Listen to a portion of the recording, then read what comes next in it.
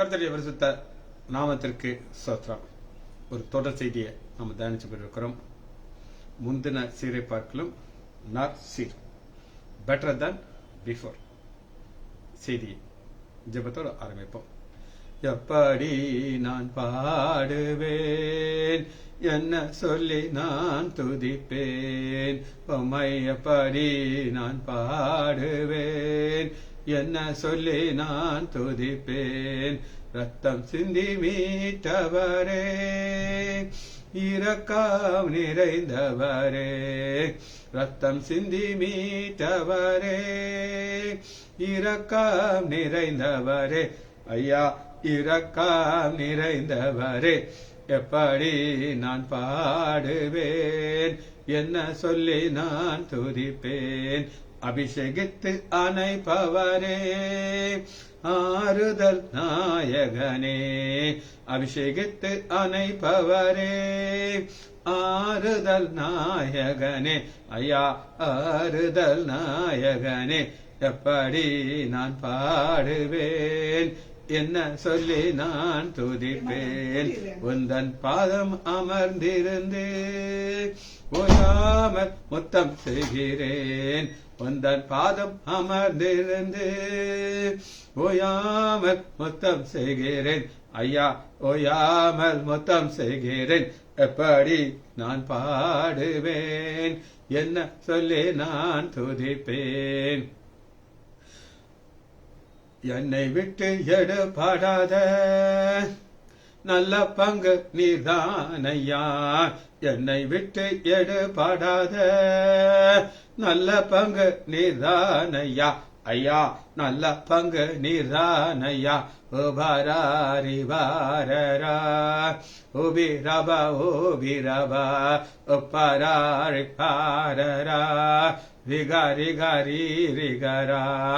வருகையில் எடுத்து கொள்வீர், கூடவே வைத்து கொள்வீர், வருகையில் எடுத்து கொள்வீர், கூடவே வைத்து கொள்வீர், ஐயா கூடவே வைத்து கொள்வீர். உம்மா மாறி மாறரா ரிகரி கரி ரிகரா. உளையான சேற்றில் என்று தூக்கி எடுத்தவரே, உளையான சேற்றில் என்று தூக்கி எடுத்தவரே, ஐயா தூக்கி எடுத்தவரே, எப்படி நான் பாடுவேன், என்ன சொல்லி நான் துதிப்பேன். வந்த நாமம் உயர்த்திடுவேன், உம் சித்த உம் விருப்பம் செய்திடுவேன்.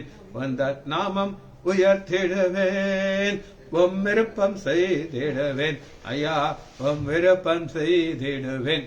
இயேசு நாமத்தினாலே ஜெபம் எடுப்பதாவே ஆமென். கர்த்தருடைய பரிசுத்த நாமத்திற்கு ஸ்தோத்திரம். நாகரத்னம் அம்மா பிரைஸ் எல்லாம் ஒரு தொடர் செய்தியை தியானித்துக் கொண்டிருக்கிறோம். முந்தின சீர் பார்க்கலும் நற்சீர். இப்ப ஆண்டவர் ஒரு தேசத்தை ஆசீர்வதிக்கிறார், ஒரு அடிமைத்தனத்தில் இருக்கிற தேசத்தை உயர்த்துகிறார். எப்படி உயர்த்துகிறார் அப்படின்னு கேட்டீங்கன்னா, ஏற்கனவே இருந்ததை விட இன்னும் பெட்டராக ஆண்டவர் ஆசீர்வதிக்கிறார். இப்ப ஒரு கரைகளான வசனத்தன்மா தியானிக்க இருக்கிறோம். இந்த சொன்னது யார்? காய்பா. இவர் யார்? ஒரு பிரதான ஆசாரியர். இந்த பிரதான ஆசிரியருக்கும் ஆண்டவராகிய இயேசு கிறிஸ்துவுக்கும் சம்மந்தமே கிடையாது. ஆனா அவருடைய வாயிலிருந்து ஒரு வார்த்தை வருகிறது, அது தீர்க்க தரிசனம் வருகிறது. வாசிப்போமா? யோவான் 16வது அதிகாரம் 31வது வசனத்திலிருந்து பார்க்க. யோவான் 11:51. இதை அவன் சுயமாக சொல்லாமல் அந்த வருஷத்து பிரதான ஆசாரியன் வருனாலே இயேசு யூத ஜனங்களுக்காக மரிக்க போகிறார் என்று. இயேசு யூத ஜனங்களுக்காக மரிக்க போறார் தீர்க்க தரிசனமாக இதை சொல்றார். இது 1. 2வது பாயிண்ட் 52. அந்த ஜனங்களுக்காக மாத்திரமல்ல, யூத ஜனங்களுக்காக மாத்திரம் அல்ல, சிதறி இருக்கிற தேவனுடைய பிள்ளைகளுக்கு ஒன்றாக வரைக்கப்படும். இது என்ன அப்படின்னு பார்க்க போறோம். ஒரு சீர், முந்தின சீர், அதை பார்க்கும் ஒரு நற்சீர்.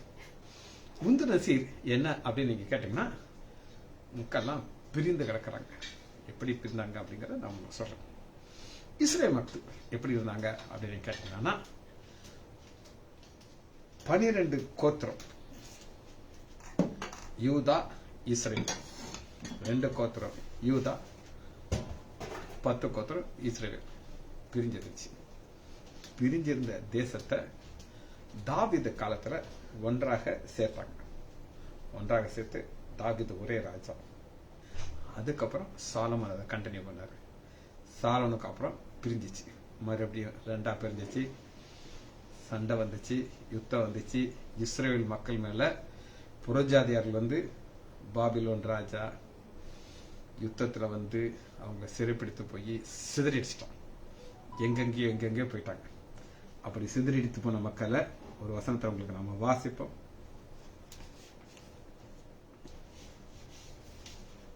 2 சாமுவேல் எடுத்துக்கொள்வோம். 2 சாமுவேல் 5வது அதிகாரம். அக்காலத்திலே இஸ்ரேல் கோத்திரங்கள் எல்லாம் எப்ரோனில் இருக்கிற தாவீதிடத்திலே எங்களை இஸ்ரேல் மக்களாகிய எங்களை நீங்க நடத்தி கொண்டு போகணும், எங்களுக்கு தலைவரா இருக்கணும். இவர் ஏற்கனவே யூதா மேல தலைவரா இருந்தார், ராஜாவா இருந்தார். இப்ப ஒன்னா சேர்க்கிறார் ஆண்டவர். சேர்த்தது முந்தின சீர். ஆனா அந்த முந்தின சீர் என்ன நடந்தது அப்படின்னு கேட்டீங்கன்னா, சிதறி அடிச்சாச்சு. இந்த முந்தின சீரை ஆண்டவர் எப்படி ஒரே சீராக மாற்றுகிறார் அப்படின்னு கேட்டீங்கன்னா, சபை. சபைங்கிற ஒன்றை உண்டாக்கி அதில் இஸ்ரேல் மக்களும் புறஜாதியரும் 2ஆ இணைய போறாங்க. அந்த வசனத்தை திரும்ப வாசிக்கிறேன்.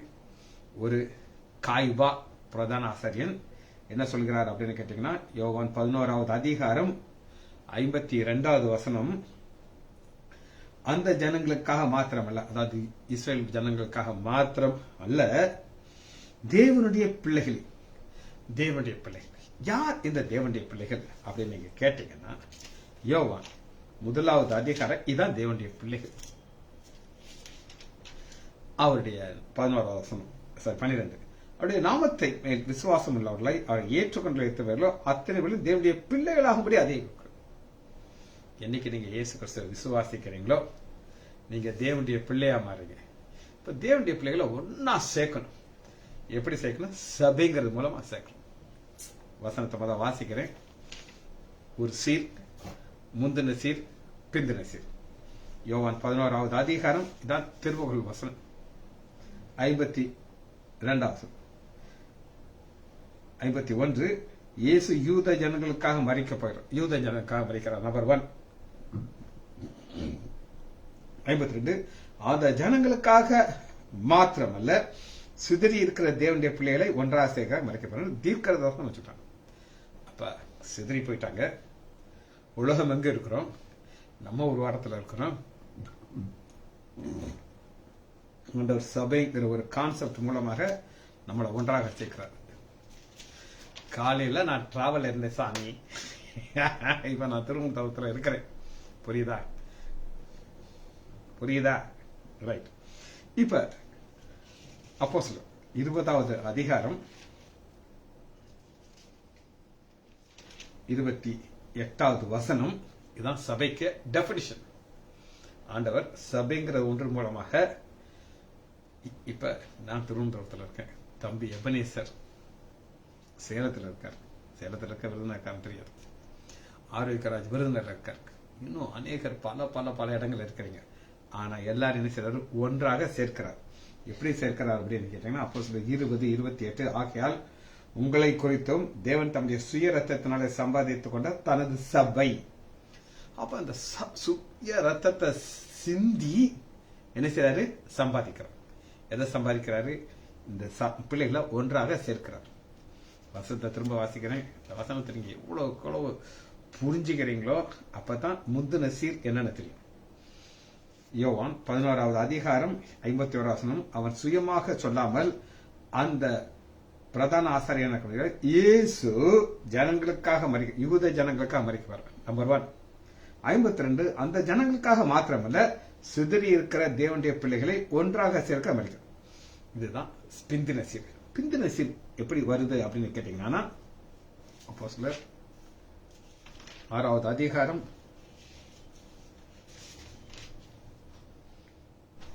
7வது வசனம் வாசிக்கிறேன். தேவ வசனம் விருத்தி அடைந்தது. சீஷர்கள் தொகை எருசலேமிலே பெருகுது. சீஷர்கள் யாருங்க? இஸ்ரேல் மக்கள், புறஜாதின்னு வரல. ஆசாரியர்கள் அநேகரும் ஆசாரியர்கள், இது யூதர்கள்ல ஆசாரியர்கள் எவ்வளவு பெரிய ஒரு டாப்ல இருக்கிறவங்கன்னா அவங்க அவ்வளவு லேசர் அவங்கள மாற்ற முடியாது. ஆனா ஆவியானவர் அவர்களுக்குள்ளே கிரியை செய்து ஆசாரியர் அநேகர் விசுவாசத்தினாலே இருக்கிறாங்க. இதற்கு காரணம் என்ன அப்படின்னு அடுத்த வசனம் பாருங்க. ஸ்தேவான் விசுவாசத்தினாலும் வல்லமையினால் நிறைந்து ஜனங்களுக்குள்ளே பெரிய அற்புதங்களையும் அடையாளம் செய்தார். அவர் செய்த அற்புதத்தையும் அடையாளத்தையும் பார்க்க பார்க்க பார்க்க சபை பெருசாகிட்டே வருது.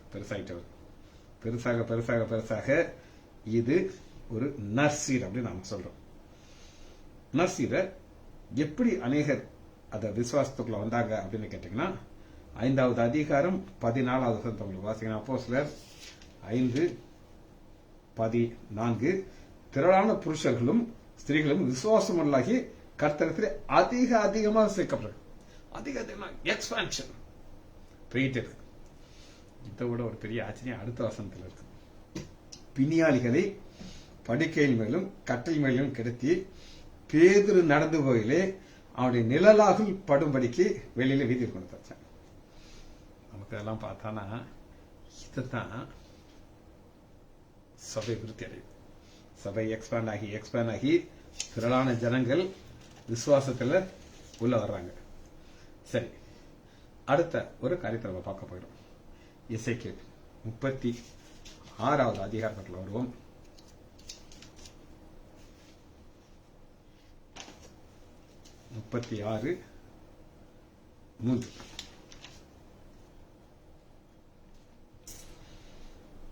இது ஒரு கருகலான ஒரு வசனம். இதை நான் உங்களுக்கு விளக்கமா சொல்றேன். இதை நீங்க புரிஞ்சுக்கிட்டீங்கன்னா உங்களுக்கு பயங்கர சந்தோஷம் இருக்கும். இதை புரிஞ்சுக்கிட்டீங்கன்னா எங்கேயோ மேலாப்ல இருந்துகிட்டு இங்க ஒரு அட்டன்ஸை போட்டுக்கிட்டு எங்கேயோ போனீங்கன்னா அது உங்களுக்கு கேட்காது. எசேக்கியேல் 36வது அதிகாரம் 3வது வசனம். நீ தீர்க்கதரிசனம் உரைத்து சொல்ல வந்தால் கர்த்தராகிய ஆண்டவர் உரைக்கிறது, நீங்கள் யாரும் இஸ்ரேல் மக்களை சொல்றாரு. இது இஸ்ரேல் தேசத்தை குறித்து சொல்ற தீர்க்க தரிசனம். புறஜாதியர்கள் மீதியானவர்களுக்கு சுதந்திரமாகவும் அவர்கள் உங்களை பாலாக்கி உங்களை சுற்றிலும் இருக்கு விழுங்கினபடினாலே நீங்கள் வாயாடிகளின் பேச்சும் ஜனங்களுக்கு அவதூறமா இருந்தீர்கள். அப்ப ஆண்டவர் சிலதை அனுமதிக்கிறார். சாத்தான், பிசாசு இவங்கள புறஜாதியர்ல இருந்து பவரை கூட்டுறாங்க. அவங்க இவங்களை சிறைப்பிடிச்சு அவங்க கைக்க வச்சுக்கிட்டாங்க. 4வது வசனம் எசேக்கியேல் 36:4. இஸ்ரவேல் மலைகளே, நீங்கள் கர்த்தராகிய ஆண்டவருடைய வார்த்தையை கேளுங்கள். மலைகளும் மேடுகளும் ஆறுகளும் பள்ளத்தாக்கும் பாலாக்கப்பட்டு அவாந்திர இடங்களாகும். வெறுமையாக விடப்பட்ட பட்டணங்களுக்கும் கர்த்தராகிய ஆண்டவர் சொல்லுகிறது என்னவென்றால், உங்களை சுற்றிலும் மீதியா இருக்கிற புறஜாதிகள் கொள்ளையும் பரியாசம் பண்ண அப்படின்னாரு. இதெல்லாம் எங்களுக்கு சாத்தான் இதெல்லாம் செஞ்சுட்டு விசில் அடிக்கிறான்.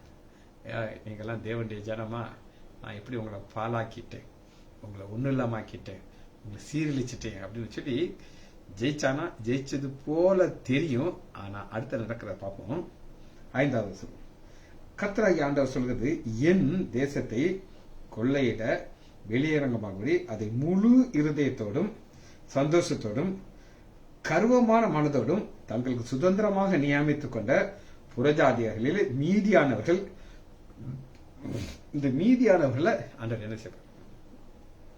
இவங்க என்ன நடந்துருச்சு? இஸ்ரேல் தேசத்தை ஜெயிச்சிட்டாங்க. ஜெயிச்சு என்ன பண்ணிட்டாங்க? தங்களுடைய ஜெயத்தை மாத்திட்டாங்க. இவங்கள ஒரு அடிமையா மாத்திட்டாங்க. இது சீர் போயிருச்சு. ஆனா ஆண்டவர் அந்த முந்தின சீரை எப்படி கொண்டு வருகிறார் அப்படின்னு கேட்டீங்கன்னா, ஏசாயா எடுத்துக்கலாமா? 61வது அதிகாரம் 4வது வசனம். 61:4. இப்ப பாலா போச்சு, யாருமே சீண்ட மாட்டேங்கிறாங்க. அந்த அளவுக்கு அது மோசமா போயிடுச்சு. அந்த நிலைமையில ஆண்டவர் ஒரு அற்புதத்தை செய்யறாரு. இந்த அற்புதம் இது யார் எனக்கு சொல்லிக் கொடுத்தா அப்படின்னு பாஸ்டர் சுரேஷ் ராமச்சந்திரன். இந்த வசனத்தை அவர் சொல்லிக் கொடுக்கும் போது எனக்கெல்லாம் அப்படி ஒரு சந்தோஷம் சந்தோஷம் சந்தோஷம். என்னன்னு பார்ப்போம். 61:4. அவர்கள் நெடுங்காலமாய் பாலாய் கிடந்தவர்களை கட்டி பூர்வத்திலே நிர்மலை எடுப்பித்து தலைமுறை தலைமுறையாக இடித்து கிடந்த பாலான பட்டணங்களை புதிதாக கட்டுவார்கள். கட்டிட்டாங்க. நான் உங்களுக்கு ஏற்கனவே சொன்னேன், கிபி 70 சிதறடிக்கப்பட்டாங்க. ஆனா ஆண்டவர் என்ன செய்தார் அப்படின்னு கேட்டீங்கன்னா, இஸ்ரேல் தேசத்தை மறுபடியும் உயிர்ப்பித்தார். உயிர்ப்பித்து அதற்கு ஜனங்கள்லாம் வந்து சேர்ந்தாங்க. வந்து சேர்ந்து அந்த தேசம் மறுபடியும் என்ன செய்யப்படுது, கட்டப்பட்டு அவங்க மறுபடியும் அவங்களுடைய இடத்துல அவங்க சந்தோஷமா வாழ்ந்துகிட்டு இருக்கிறாங்க. வாழ்ந்துகிட்டு இருக்கும்போது என்ன நடக்குது, இதான் ஆச்சரியம். 5வது வசனம். மறுஜாதியார் நின்று கொண்டு உங்கள் மந்தியை மேய்த்து. இந்த மறுஜாதியார் ஒரு காலத்துல இவங்க சிறைப்பட்டு போக வச்சாங்க. ஆனா இன்னைக்கு அந்த மறுஜாதியார் என்ன செய்யறாங்க அப்படின்னு கேட்டீங்கன்னா, உங்கள் மந்தியை மேய்த்து அந்நிய புத்திரர் உங்கள் பண்ணையாரும் உங்கள் திராட்சை தோட்டமா இருப்பார்கள். இது என்னன்னு நான் உங்களுக்கு சொல்றேன். இது எனக்கு தெரியாது. பாஸ்டர் சுரேஷ் ராமச்சந்திரனுடைய டீச்சிங். அவர் என்ன சொல்றாரு அப்படின்னு கேட்டீங்கன்னா, இன்னைக்கு இஸ்ரேல் தேசத்துல யூதர் குடும்பம் குடும்பமா இருக்காங்க. ஒருத்தர் 5 ஏக்கர் வச்சிருப்பாரு, ஒருத்தர் 10 ஏக்கர் வச்சிருப்பாரு, ஒருத்தர் ஒரு பெரிய ஒரு இங்க நீங்க பாக்குறப்பல திராட்சை தோட்டம் வச்சிருப்பாரு, ஆடு மாடு வச்சிருப்பாரு. இப்ப நம்ம எல்லாம் புறஜாதியர்.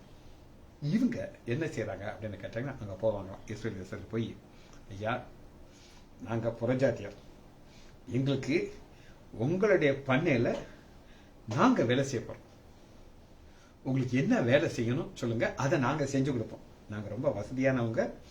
என்னைக்கு நாங்க உங்க பண்ணையில நாங்க ஒரு கூலியாளாக வேலை பார்க்கிறோமோ எங்க தொழில ஆண்டவர் ஆசீர்வதிக்கிறார் அப்படின்ட்டு தாழ்மே வந்து கட்டுவாங்க. அவன் பெரும் கோடீஸ்வரனுக்கு மேல கோடீஸ்வரன்.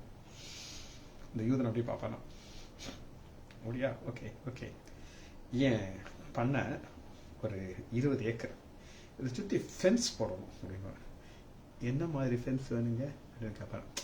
அங்க பாரு அந்த விட்டுருக்க அதே மாதிரி கல்லை ஊற்றணும், கம்பி கட்டணும், இப்படி இருக்கணும், எனக்கு இதெல்லாம் வாங்கிட்டு உடனே நான் இதை ஒரு எவ்வளவு நாள் சீக்கிரம் அந்த அளவுக்கு நான் சீக்கிரம் உங்களுக்கு நான் பண்ணி கொடுக்குறேன். அங்க பாரு, நீ யாருப்பா? நான் இந்தியாவில் ஒரு பெரிய கோடீஸ்வரன். ஆனா எனக்கு ஆசை என்னன்னா, இந்த உங்க பண்ணையில நான் வேலை பார்க்கணும். நான் மட்டும் முடியாது, கொஞ்சம் பேரை நான் கொண்டாந்துருவேன். அவங்க எல்லாம் கல்லை இறக்கிடுவாங்க, நீங்க சொன்னபடியே அங்க செய்து கொடுப்போம். விரு வேற நடக்குமா? ஏன் பெரிய கோடீஸ்வரன் மேல கோடீஸ்வரன், அதனால ஆளுகளை இறக்கி சட்ட வேலை நடக்குமா? ஒரு பைசா அந்த ஓனர் கொடுக்க வேண்டியது. அவர் வேடிக்கை மட்டும் பார்த்துட்டு இருப்பாரு. இவனு கூட நின்று அந்த கல்லை தூக்க, கம்பியை கட்டு, ஐஸ் அப்படியே வேலை செஞ்சுட்டு இருப்பான். இது இன்னைக்கு நடக்குது. இன்னொரு பெரிய கோடீஸ்வரன் வருவானா, அவன் திராட்சை செடி தோட்டத்துக்கு வருவானா, வந்து ஐயா நாங்க எந்த வகையில் உங்களுக்கு உதவி செய்யலாம்? Oh you want to help us. நீ என்ன செய்ய, இப்ப அந்த இதெல்லாம் கீழே இறங்குது பாத்தியா, இதெல்லாம் திரும்ப உயர்த்தி கட்டணும், இதுக்கு கொஞ்சம் செலவாகும். செலவை பத்தி எல்லாம் பேசாதீங்க, உங்களுக்கு வேலை நடக்கணும்ல. அதை என்னென்னலாம் கேட்க வச்சா இன்னொரு பெரிய கோடீஸ்வரர் வருவானா, வந்து மாட்டு பண்ணை இருக்கிற இடத்துல போய் நின்றுக்கிட்டு, ஐயா வணக்கம், நீங்க மாட்டு பண்ணை வச்சிருக்கீங்க, நான் என்ன மாதிரி உங்களுக்கு உதவி செய்யலாம்? எனக்கு 20 ஜெர்சி மாடு இருக்கு, ஆனா இதுக்கு அடுத்த ஹைபிரிட் அங்க ஒரு இடத்துல இருக்குது, ஆனா விலை பயங்கரமா இருக்கும், அதுல எனக்கு ஒரு 20 மாடு வேணும். நீங்க சொல்லிட்டீங்கல்ல, ஒரு வாரத்துல அதே நீங்க சொன்ன இடத்துல இருந்து அதே அமௌண்ட்டுக்கு நீங்களும் வேணாலும் வரலாம், நீங்க செலக்ட் பண்ணுங்க, ஆனா நான் தான் அது என் பொறுப்பு. அதை வாங்கி லாரியில ஏத்தி பத்திரமா கொண்டு வந்து அங்கிருந்தே 2 பேரை கூட்டு வந்து 1 மாசம் இந்த புது வகையான மாடை எப்படி மெயின்டைன் பண்ணணும்னு நான் உங்களுக்கு சொல்லி கொடுத்தாங்க. நீங்க வந்து கையை மட்டும் காட்டினா போதும் அப்படின்ட்டு. உங்களால் நம்ப முடியுதா? இதுதான் நர்சிங். இப்ப நான் சொன்னதை மனசுல வச்சுக்கிட்டு இப்ப வசனத்தை வாசி, உங்களுக்கு புரியும். ஏசாயா 61வது அதிகாரம் 4வது வசனத்துல, அவர்கள் நெடுங்காலம் பாலாய் கிடந்தவர்களை கட்டி பூர்வத்திலே நிர்மாணம் எடுப்பித்து தலைமுறையாக இடிந்து கிடந்த பாலான பட்டத்தை புதிதாக கட்டுவார்கள். புதுசு நியூ. மாறி ஜாதியார் நின்று கொண்டு உங்கள் மந்தைகளை மேய்த்து அந்நிய புத்திரர் உங்கள் பண்ணையாரும் உங்கள் திராட்சை தோட்டம் நீங்களோ. இது அடுத்த ஒரு நர்சி. இது உலக பிரகாரம் ஆசீர்வாதம். நீங்களோ கர்த்தருடைய ஆசாரி என்று சொல்லப்படுவது. இதை விட ஒரு பெரிய நாசிரை பார்க்க முடியுமா?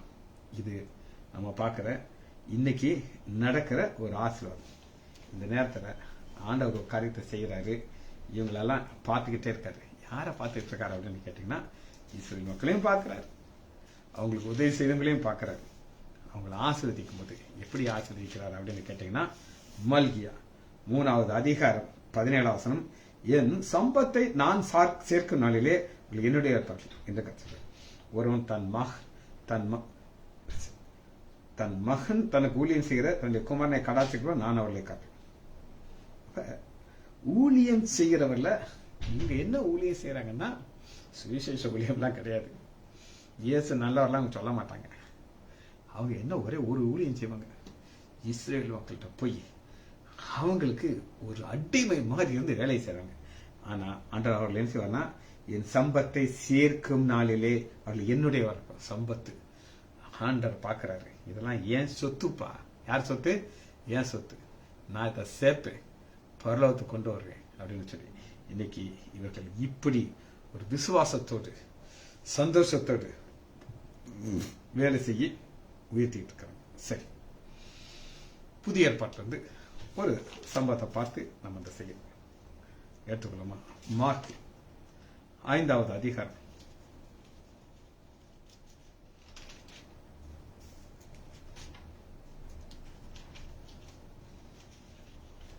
5:22. அப்பொழுது ஜெப ஆலய தலைவனாகியவன் யாவீரு என்பவன் வந்து அவரை கண்டவுடனே அவர் பாதத்தில் விழுந்து, ஆண்டவருடைய பாதத்துல விழுகிறது ஜெப ஆலயத்தின் தலைவர். ஜெப ஆலயம்ங்கிறது அவர்களுடைய ஒரு வைட்டலான ஒரு இடம். அதுல இருக்கிற தலைவருக்கு எவ்வளவு பவர் இருக்கும் அப்படின்னு கேட்டீங்கன்னா, இன்னைக்கு நம்ம ஆலயத்தில் விருதுநகர்ல நம்ம சர்ச்சில் ஒரு செக்ரட்டரி, ட்ரெஷரர் அப்படின்னு ஒரு எலெக்ஷன்ல ஜெயிக்கிறதுக்கு அவங்க படுற பாட பார்த்தீங்கன்னா எனக்கெல்லாம் தலை சுத்திடும். இவங்க போட்டியில தான் இவங்க வராங்க. 2 வருஷம் இல்லது 3 வருஷம் தான் அவங்களுக்கு பவர் இருக்கும். பாஸ்டர் அவர் நம்ம ராஜ்குமாருக்கு தெரியும், அது 2 வருஷமா 3 வருஷமா 4 வருஷமான்னு சொல்லி. ராஜ்குமார் பாஸ்டர் அவங்க எத்தனை வருஷம்னு சொல்லி தயவு செய்து போடுங்க. அந்த 3 வருஷம் எலெக்ஷன்ல நின்று அவங்க ஜெயிக்கிறதுக்கு அவங்க படுற பல்ட்டி அடிக்கலாம் பார்க்கணும். ஆனா இவர் அப்படி கிடையாது, எலெக்ஷன்ல வர்றது கிடையாது. இவர் பெர்மனண்டா தலைவர். அதுக்கு அப்படி இருக்கிற தலைவர் ஆண்டவராகிய இயேசு கிறிஸ்து வந்து பாதத்தில் விழுந்து, என் குமாரத்தை மரண அவஸ்தையா இருக்கா. அப்ப மக டையிங் ஸ்டேஜில் இருக்கா, மறுக்கிற ஸ்டேஜில் இருக்கா, இன்னும் மறிக்கிற ஸ்டேஜில் இருக்கிறா. வந்து அவள் ஆரோக்கியம் அடைபடி நீர் வந்து அவள் மேல் உமது கையை வையும், அப்பொழுது பிழைப்பாள் என்று மிகவும் வேண்டிக் கொண்டார். இது ஒரு டெத், மறிக்கிற ஸ்டேஜ். இந்த கேஸ எங்க ஹாஸ்பிட்டலுக்கு யார் ஹாஸ்பிட்டல்னா இன்டென்சிவ் கேர் யூனிட்ல கொண்டு வச்சிருவாங்க, ஐசியூல கொண்டு வைக்க வேண்டிய கேஸ். ஐசியூல இருக்கிற வேண்டிய கேஸ ஆண்டவர் வந்த உடனே ஆண்டவர் வந்து என்ன செய்யறாரு, ஒரு தடை வருது, இன்டர்லூடு வருது. அப்ப 35வது வசனம் பாருங்க. அவர் இப்படி பேசிக்கொண்டு, ஜெப ஆலய தலைவனும் உங்களுடைய குமாரத்தை மறித்து போனால் இனி ஏன் போதகரே வருது. இப்ப டெத் ஆயிடுச்சு. டெத் ஆயிடுச்சு, பிரெயின் ஆஃப் ஆயிடுச்சு, ஹார்ட் ஆஃப் ஆயிடுச்சு, பிரீதிங் கிடையாது, பாடி சில்லுன்னு ஆயிடுச்சு. நீ கொஞ்ச நேரத்தில் ரைகர் மார்டிஸ் ஆகிடும், நீ கையெல்லாம் வரைச்சிடும், நீ கொஞ்ச நேரத்தில் நடக்கும் ஆண்டவர் வர்றதுக்கு முன்னாடி. ஆனா அந்த நேரத்தில் ஆண்டவர் ஒரு வார்த்தை சொல்லுகிறார். 36, பயப்படாதே விசுவாசம் உள்ளவனா இரு. பயப்படாதே விசுவாசம் உள்ளவனா இரு. ஏன் அப்படின்னு சொன்னா, நீ சூழ்நிலையை பார்க்காது. சூழ்நிலை என்ன சொல்லும், உன் மகள் மறித்து விட்டால் முடிஞ்சிருச்சு கதை. ஆனா நீ எதை பாரு, என்னைய பாரு. 2015 எனக்கு ஒரு பைபாஸ் சர்ஜரி நடந்துச்சு. இந்த கையில ஒரு ஸ்கார் இருக்கும். உங்களுக்கு தெரியாதுன்னு தெரியல, ஒரு ஸ்காருக்கு உங்களுக்கு காட்ட முடியும். இந்த சர்ஜரி எனக்கு நடக்கிறதுக்கு டாக்டர் பாஷி அவர் தான் எனக்கு இந்த சர்ஜரி பண்ணார், பைபாஸ் சர்ஜரி பண்ணார். நல்லா ஜோம் பண்ணிகிட்டே இருந்தோம். ஜோம் பண்ணியாச்சு. ஆண்டவர் இந்த சர்ஜரியை வாய்க்க பண்ணிட்டார். ஐசியூல என்னை படுக்க வச்சாங்க. நான் நினைச்சேன் இந்த சர்ஜரி பிடிச்சோன்னே நம்ம பரவாயில்ல போயிடலாம், ஏதாவது சின்ன மிஸ்டேக் வருங்களே. அங்கே நானுடைய முகத்தை பார்ப்பேன். எத்தனையோ பிரசங்கம் பண்ணியிருக்கேன், இயேசு முகம் எப்படி இருக்கும்ட்டு நான் பிரசங்கம் பண்ணியிருக்கேன். ஆனால் நான் ஆண்டவராக்கி இயேசு கிறிஸ்துடைய முகத்தை பார்க்க போறேன்ட்டு அந்த சர்ஜரி பண்ணுறதுக்கு அந்த டேபிளில் படுக்கும்போது நான் சொன்னேன், அந்த அனஸ்தெட்டிஸ்ட் சொல்கிறாரு, ஐ வில் கிவ் இன்ஜெக்ஷன், நீங்கள் அன்கான்ஷியஸ் ஆகிடுவீங்க, ஒரு நாள் ஃபுல்லாக உங்களை ஐசியூவில் வச்சுருக்கோம், நீ ஸ்ட்ரோக்கில் தான் இருந்த, நாங்கள் வந்து வேற லெவலில் போயிட்டோம், சரியா? அப்போ அவர் சொல்கிறார், ஒரு நாள் ஃபுல்லாக நீங்கள் ஐசியூவில் தான் இருப்பீங்க, அடுத்த நாள் உங்களை நாங்கள் ரிவர்ஸ் பண்ணுவோம் அப்படின்னு சொன்னார். அடுத்த நாள் பார்த்தா நான் பரலோகத்தில் இயேசு முகத்தை பார்ப்பேன்னு நினைச்சா ஒரு நர்ஸ் நிற்கிறான். அப்போ தான் தெரியும் இன்னும் நம்ம போகலை போல இருக்குன்ட்டு. இந்த மாதிரி ஐசியூல இருக்க வேண்டிய கேஸு எங்கே வந்துருச்சு? ஆண்டவர் போறாரு, போய் சுகத்தை கொடுக்குறாரு. என்ன செய்தாருங்கிறத முக்கியமான காரியம். ஆண்டவராகி இயேசு கிறிஸ்து இந்த முந்தின சீர் நற்சீர் இதை நம்ம கம்பேர் பண்றோம். 41வது வசனம் மார்க்கு 5:41. பிள்ளையின் கையை பிடித்து தாலித் தாகுமி என்றார். பிள்ளையின் கையை பிடித்து யார்கிட்ட பேசுறாரு சொல்லுங்க? மரித்த பெண். சொல்லியாச்சு, டெட், மரித்தவர்கிட்ட பேசுறாரு. அதற்கு எழுந்திரு, என்ன செய்ய? சிறு பிள்ளையே எழுந்திரு. இது ஒரு சம்பவம், சரியா? இந்த சம்பவத்துல ஒரு மிடில் ஏஜ் பெண், இவ யாரு? ஒரு 12 வயசு, அதாவது ஒரு அடல்ட்டான ஒரு பெண். ஆனா லூக்கா 7வது அதிகாரம் 11வது வசனத்துல இங்க ஆண்டவர் யார்கிட்ட பேசுகிறான்னு பார்ப்போம். எல்லாமே மரித்தவர்கள்ட்ட தான் பேசுறாரு. லூக்கா 7வது அதிகாரம்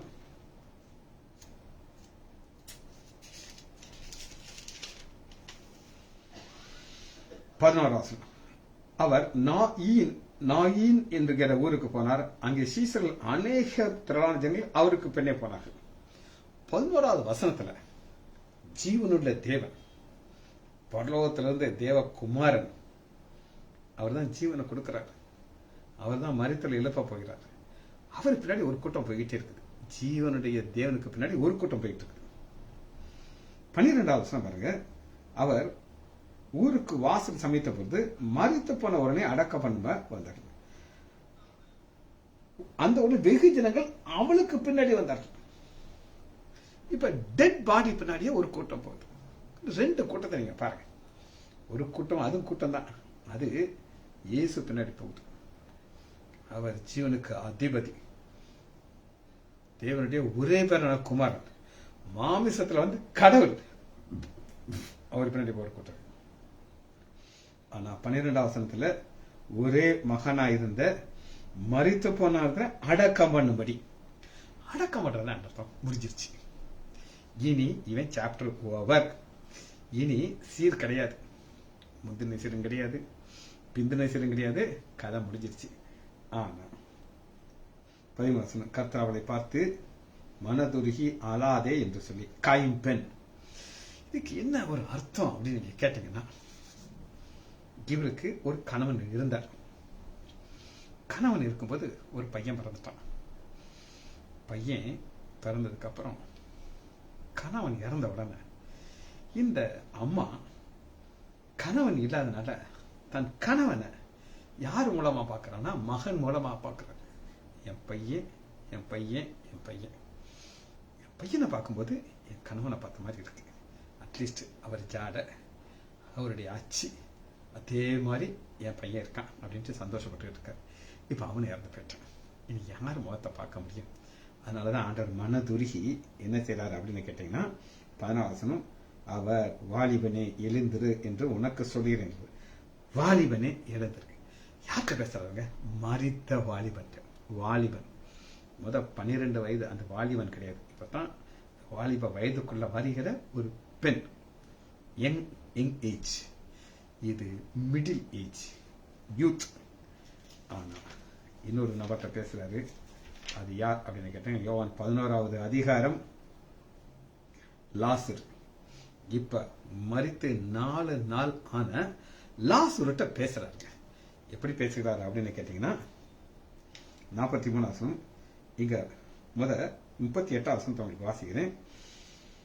அது ஒரு குகையா இருந்தது, அதன் மேல் ஒரு கல் வைக்கும். ஒரு குகையா இருந்தது. இஸ்ரேல் தேசத்துல நம்ம இந்து மக்கள் அந்த சரீரத்தை எரிச்சிருவாங்க, பர்ன் பண்ணிடுவாங்க. கிறிஸ்தவர்கள் அடக்கம் பண்ணுவாங்க. யூதர்கள் டெக்னிக் என்ன அப்படின்னு கேட்டீங்கன்னா, ஒருத்தர் மறிச்சிட்டா என்ன செய்வாங்க அப்படின்னு கேட்டீங்கன்னா, ட்ரெஸ் எல்லாம் எடுத்துட்டு நல்லா குளிப்பாட்டிட்டு ஒரு வகையான மூலிகை அவங்க தயார் பண்ணி வச்சிருப்பாங்க. மூலிகை அவங்களுடைய சீக்ரெட். அதை உடம்பு முழுவதும் பூசுவாங்க. பூசி ஒரு துணியினால கீழே இருந்து அப்படியே மேலே சுத்திடுவாங்க. சுத்திட்டு மறுபடியும் மூலிகை நல்லா தேய்ச்சிருவாங்க. தேய்ச்சிட்டு மேல இருந்து அந்த துணியை சுத்துவாங்க. சுற்றி மேலேயும் கீழையும் பூசி வெள்ளை போலம் கரியை போலலாம் பூசி அதை இந்த மாதிரி ஒரு குகை இருக்கும். குகை இது இயற்கையிலையும் குகை இருக்கலாம், இவங்களும் செய்யலாம். 2 வகையான குகை இருக்கும். ஆனா அவங்க என்ன செய்வாங்க, அந்த கல்லை நகட்டிட்டு அந்த டெட் பாடியை படி இருக்கும், படியில போய் இறங்கி கொண்டு போய் எவ்வளவு தூரமா இருக்கோ அங்க ஒரு இடத்துல அந்த சரீரத்தை வச்சுட்டு திரும்ப வந்து அந்த கலரை வாசனை மூடிடுவாங்க. இப்ப லாசருட்ட ஆண்டவர் ஒரு வார்த்தை வருது, வெளியே வா என்று உரத்த சத்தமாய் கூப்பிட்டார். உரத்த சத்தம். இப்ப நீங்க பாஸ்டர் சுரேஷ் ராமச்சந்திரனுடைய ஒரு செய்தி கேட்டீங்கன்னா, அவரு அந்த குகைக்குள்ள போய் காட்டுறாரு. அவரு பல முறை அவருடைய வாழ்க்கை அநேக நாட்கள் இஸ்ரேல் தேசத்துல இருந்தார். எருசலேம்ல இருந்திருக்காரு. அங்கிருந்து நிறைய ரிசர்ச் பண்ணியிருக்காரு. அவர் படியில இறங்குறத காட்டுறாரு. ஒரு கைப்பிடி இருக்கு, கைப்பிடி இரும்பு. அது இப்ப உள்ளது, அந்த காலத்துல கிடையாது. ஆனா இறங்கி நடந்து போய் அங்க லைட்டு கிடையாது, ஒண்ணும் கிடையாது, தூரத்துல அதை வச்சிருக்காங்க. அப்ப அந்த லாசரு எழுந்திருச்ச உடனே அவன் கண்ணு கையெல்லாம் துணியில சுத்தப்பட்டிருக்கு. அவனுக்கு இப்ப எந்த டைரக்ஷன்ல போகணும்னு தெரியாது. முடிச்சுட்டான், உயிர் வந்துருச்சு, கண்ணு மூடி இருக்குது, கை காலெல்லாம் கட்டப்பட்டிருக்குது. இது ஒரு பெரிய அற்புதம். உயிர் வந்தது ஒண்ணு. 2வது இறங்கி எந்த பக்கம் திரும்புன்னு தெரியாது. ஒரு நடந்த சம்பவத்தை உங்களுக்கு சொல்றேன். நம்ம ஊர்ல டாக்டர் ஜிஹெச்ல டியூட்டி பார்த்துட்டு இருந்தார். ஒரு கேஸ் வந்துச்சுன்னு அவர் கூப்பிட்டுருக்காங்க. நல்லா டீப்பா தூங்கிட்டு இருந்தாரு. பட்டீர்னு எந்திரிச்சார், கீழே விழுந்தார். அவர் கால் மேலே அவர் விழுந்துட்டார். கால் மேல வந்து கால் உடஞ்சே போச்சு. உடனே அவசர மாதிரில கூட்டிட்டு போய் ஒரு பிளேட் எல்லாம் போட்டாங்க. 2 வருஷம் கழிச்சு நான் அவர்கிட்ட பார்த்து பேசிட்டு இருக்கும்போது, டாக்டர் ஏன் டாக்டர் இப்ப நீங்க வாக்கிங் வரல, வெயிட் போட்டீங்களேன்னு கேட்டேன். டாக்டர் உங்களுக்கு தெரியுமா என் கால் ஃப்ராக்சர் ஆச்சு, அன்னைக்கு எனக்கு ஆப்ரேஷன் பண்ணாங்க, இன்னும் எனக்கு வலிக்குது டாக்டர், நடந்தா வலிக்குது. நானும் எத்தனையோ பேர்ட்ட காமிச்சிட்டேன், எல்லாரும் போக போக சரியானுங்க, நாட்கள் போது வலி போக மாட்டேங்குது. ஒரு டாக்டர் தூங்கினவர் எந்திரிச்சு அவரு காலையில் விழுந்துட்டாரு. ஆனா இந்த லாசர் அப்படி கிடையாது. அந்த நேரத்தில் வந்து இறங்கி படியில ஏறி வெளியே வந்து நிக்கிறாரு, என்ட்ரன்ஸ்ல நிக்கிறாரு. கல்ல புரட்டணும்னா வெளியே வந்துருச்சு. இந்த 3 நம்ம ஏன் ஒரு பெரிய ஒரு ஆச்சரியமான காரியம் பார்க்கிறோம் அப்படின்னு கேட்டீங்கன்னா, ஆண்டவர் எங்க பேசுறாருன்னா மரித்த பேசுறாரு. வாசிக்கமா யோவான் 5வது அதிகாரம் 28. யோவான் 5:28. இதை குறித்து நீங்கள் ஆச்சரியப்பட வேண்டும், ஏனென்றால் பிரேத குழியில் உள்ள அனைவரும் அவருடைய சத்தத்தை கேட்க. இதுதான் நர்சீர். லாசரு உயிரோட வந்தா கொஞ்ச நாள் செத்து போயிட்டான். யாவிரு மகள் உயிரோட வந்தா அவளும் செத்து போயிட்டான். நாயினூறு விதவியுடைய மகனும் உயிரோட வந்தா அவனும் கொஞ்ச நாள் செத்து போயிட்டான். ஆனா நம்ம நித்தியத்துக்கு இருக்க போகிறோம். அது எப்படி இருக்க போகிறோம் அப்படின்னு நீங்க கேட்டீங்கன்னா,